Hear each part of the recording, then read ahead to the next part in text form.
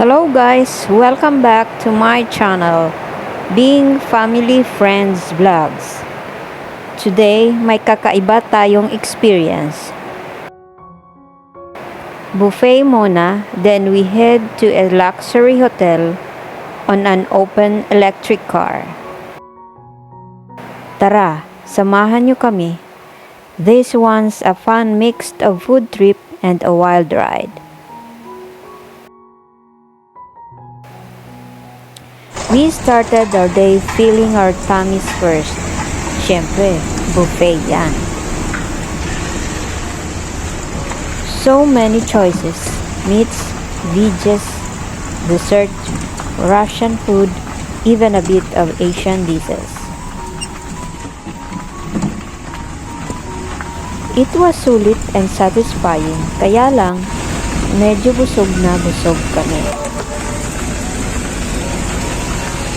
Sabi namin, wait lang, kailangan pa namin lumangoy after nito.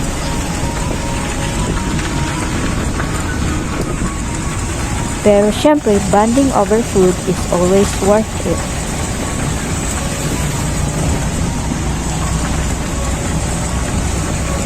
After lunch, may nagplano, let's go swimming at Grand Hotel Poliana.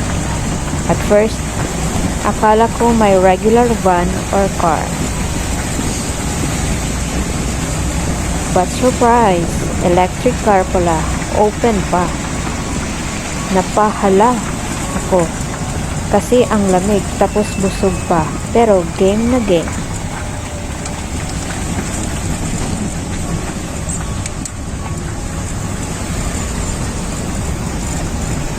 Imagine this, busog ka sa buffet, malamig ang hangin, tapos nakasakay ka sa isang open electric car going uphill through beautiful trees and mountain views.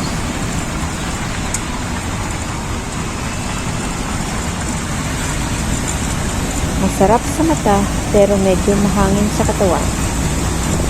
We couldn't stop laughing the whole ride. Para kaming nasa roller coaster ng buhay. But the views, sobrang worth it.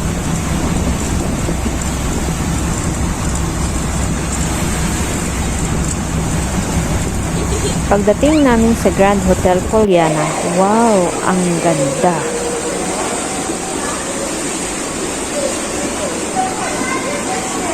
The hotel is surrounded by mountains and fresh air. The pool was heated, thank goodness.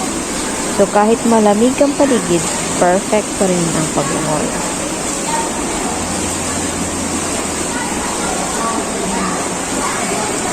The kids were excited. We changed, dipped in, and swam like it was summer.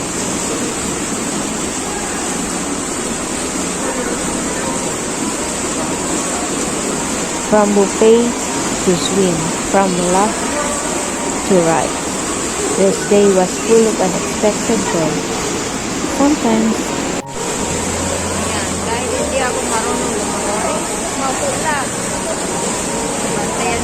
It's not just the destination, but the ride and food that makes the memory.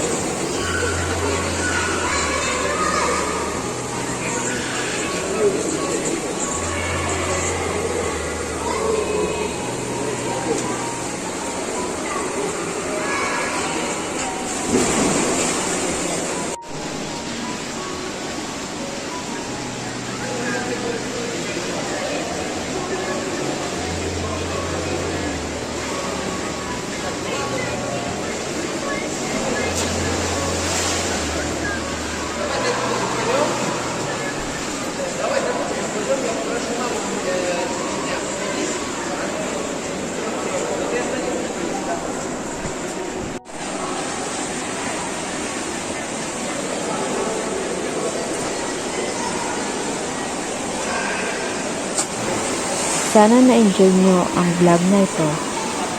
Guys, don't forget to like, comment, and subscribe for more simple joy from our life here in Russia.